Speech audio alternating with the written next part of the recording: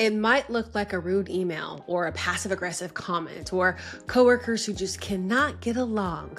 But I'll tell you what, it might seem like these small interpersonal instances, but it's quite bigger than that. And according to the Society of Human Resource Management, workplace conflict or incivility has risen for 5 consecutive quarters in a row. So since they started managing it last year in 2024, every quarter they have surveyed folks to find out about the state of conflict in the workplace, it has gone up every single time. And I think you could just look at society at large or the comment sections on your favorite social media platform, and you'll see that disrespect, disregard, and dehumanization is just kind of a part of everyday life, and it really shouldn't be. So let me first define incivility in case it's a term that you're unfamiliar with and you haven't seen it, because it is kind of jargony. Incivility is often defined as rude comments, dismissive comments, disrespectful behaviors, the kind of ways of being or talking to others that start to erode team cohesion, it erodes psychological safety, and it breaks down trust on teams. It can also look like constantly interrupting someone or ignoring them or even dismissing their ideas when they try to participate. Now, why all that matters is we can't have high-performing, productive, innovative teams when there's incivility running amok. And the Society of Human Resource Management does a report every quarter that talks about the state of conflict. And I just want to go over some of the stats that I saw that I just was blown away by this quarter. So let's take a look. I have my phone out. So something that I found just fascinating is that there are now more instances of these acts of incivility happening every day. And just to break it by the numbers, it looks like something like 2.4 thousand acts of incivility happen every second. So every second, there's 2,400 acts of incivility. And actually, just by the time I've been talking on this video thus far, we're already in the realm of over 375,000 incidences have occurred already. That's wild. And if you look at per day across workforces across America, it's about 208 million. So every day, there are 208 million acts of disrespect, belittling, bullying, conflict, and just these slights that start to chip away and erode our spirit. It's wild to me. Let's look at some of these other stats.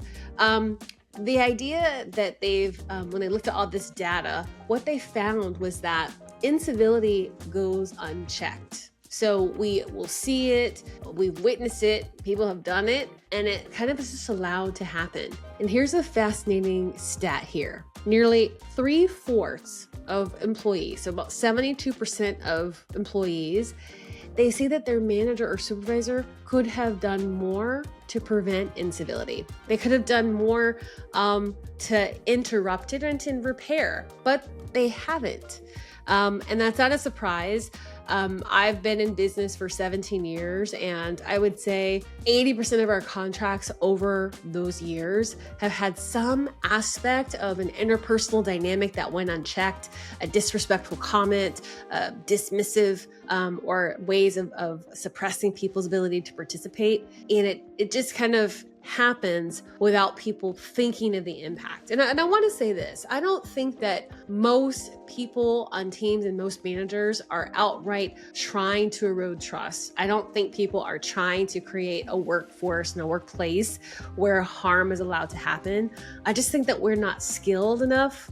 We don't have what I call conflict infrastructure to help us navigate and manage and hold folks accountable when their words and actions have a harmful impact, or the one solution is it gets escalated to HR, but that's not the only tool in the toolkit to help build a conflict resilient team. And I think another part of this issue around workplace conflict is that we actually don't have the strategies or even the everyday language to talk about what does it mean to have a great team culture inside of this organization, and what does it look like to have a strong company culture. And because we don't have a framework for great culture, we certainly don't have a way to even talk about or frame conflict that's disrupting the elements of great company culture.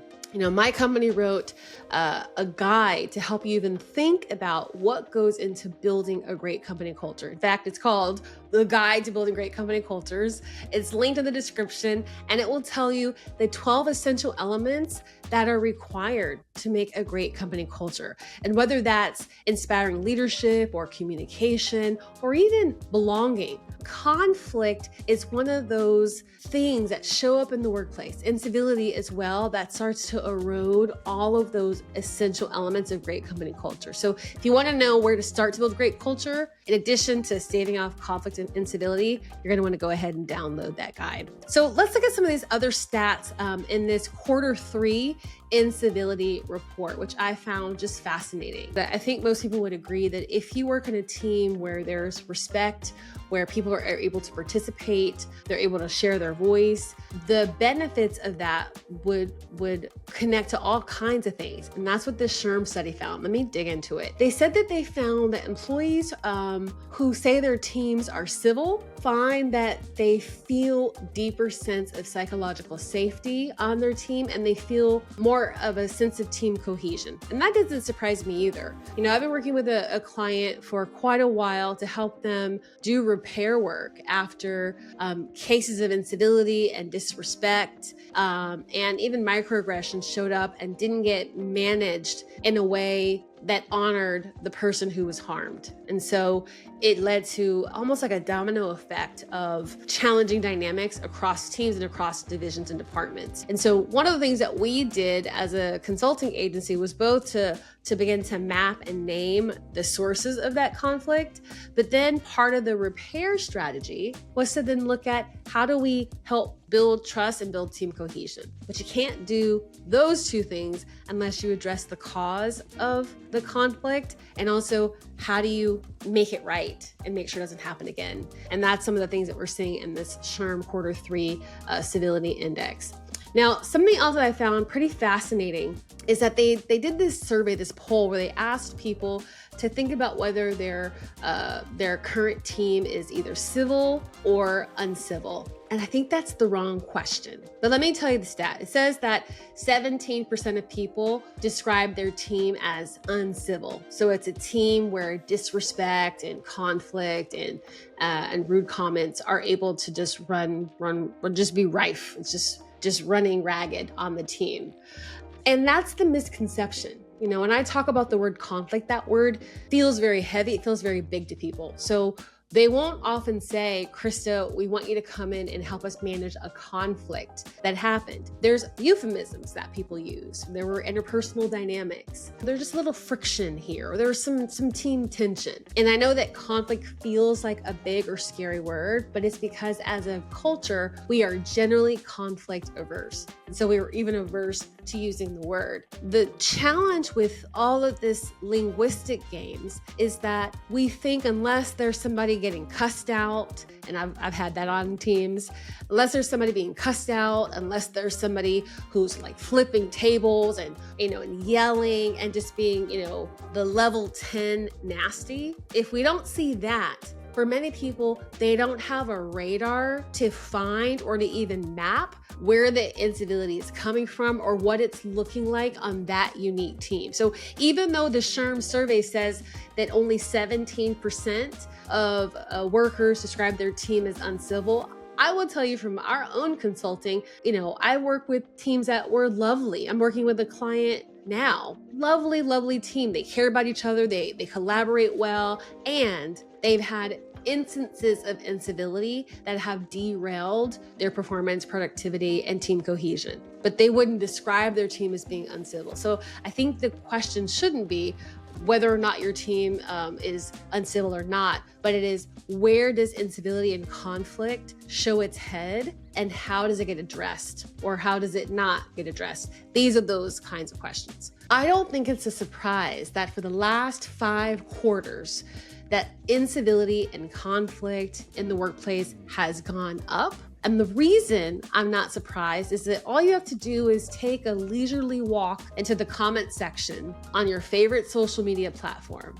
And what you'll see are some of the most hateful, racist, bigoted, homophobic, transphobic, anti-women, just ugly comments that I'm sure, and Dylan Marin's work has affirmed this for me, that people are way nastier in the comment section than they are in real life. But it would be naive to think that people can behave in a certain way in their private lives that might be uncivil and disrespectful and bullying, and that it not start to seep into the workplace. I will also say that it's just also the way that our society is evolving or devolving, depending on how you want to describe it, where it's not uncommon to see positions of elected officials who the position itself comes with respect, but the people in those positions operate in ways that are very disrespectful and, dare I say, oftentimes verbally violent. This is a society that we live in, that it is socially acceptable, meaning that there has been no public accountability for many people who behave or speak in ways that are unkind, disrespectful, and bigoted. And so if that is becoming more and more socially acceptable, that's also going to creep into the workplace if the workplace doesn't have what I call conflict infrastructure. And conflict infrastructure is what are the guardrails and the rules of engagement, the playbook that teaches us what is acceptable here and what isn't, what's our line in the sand, how should we be speaking and treating each other. And this goes way beyond the values on your website, and it goes way beyond your code of conduct, because that has to get operationalized. So when I'm in my team meeting, how am I supposed to act? What's expected of me, and where am I out of alignment with those values or that code of conduct? And how do we hold ourselves accountable as a team before it has to escalate to HR? So these are the kinds of conflict infrastructure questions and tools that we train and build for our clients under the header of conflict resiliency. Now, I say all that to say, because this is a stat that stuck to me. More than 6 out of 10 US workers believe that the United States society as a whole is uncivil. No surprise that as the incivility has been rising in our society at large, we're seeing that same rise in the workplace. It goes hand in hand. And this is one of the things that they say. They say that amid the current shifts in the political landscape, it remains our collective responsibility to cultivate workplaces rooted in civility and respect. And I think that's beautiful language, but it becomes the how-to. How do you do it? And so we're going to be sharing some of those how-tos on our platforms, YouTube and LinkedIn. So keep an eye for those videos. Make sure that you subscribe to this channel so that you can be alerted when I share some of these great strategies and insights that are coming not only from our certification program, but from our consulting work that we do with clients. Now, here's the thing that I want to kind of touch on. If we know that 1 in 3 workers or something of that, actually 7 out of 10, say that their employer is ineffective at addressing conflict. If we know that conflict and incivility is on the rise, if we know that we're living in a society right now, at least here in the US, that is bubbling and boiling over with just tension and disrespect, then the question becomes not what did that quarterly report from SHRM say? The question then becomes, what do we take from this trend and how do we figure out how to interrupt the growth of conflict in our organization? Because when incivility and conflict is waving its hand in your organization, it's a culture signal. It's signaling to you what kind of culture you have. And oftentimes the culture in practice is misaligned with the culture on the website. But we don't often want to have that honest conversation. It's partly why we invite folks to take the conflict resiliency assessment. It's a deeper tool that we use with our clients, but there's even a mini quiz that I'll link in the description where you can start to assess what is your company's conflict resiliency, what is your team's conflict resiliency, and where's your first best step to take to get started. And that's on the conflict resiliency assessment. So make sure to check the descriptions for that. Last thing I want to say here before I wrap it up, it's that if we know that conflict is one of the biggest disruptors to creating a great company culture where people thrive. That's our mission. We want to create workplaces that are human, that are psychologically safe, that people can thrive. Conflict is going to bust that dream all the way open. And if you want to build a culture that is thriving, that is resilient, then you got to have a blueprint. And that blueprint of how and where to get started just might be our guide. It's called Build a Great Company Culture Guide. And inside of it are what we call the 12 essential elements of great company culture. And I'll tell you, whether that element is communication, it's psychological safety, it's inclusion and belonging, it's recognition. One of the things that I have seen time and time again disrupt an organization or a team's ability to design and achieve that element is incivility and conflict. So becoming better at navigating conflict is your culture building strategy, and it's a skill, unfortunately, that we have neglected. So if we want to get better at conflict and we want to have better workplaces, then we've got some upskilling to do, and we've got some conflict infrastructure to put in place.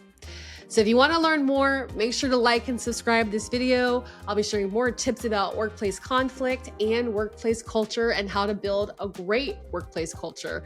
No matter what your role is in an organization, there's a lever that you can pull to create the kind of workplace that we want to work at, that we want to go to work at.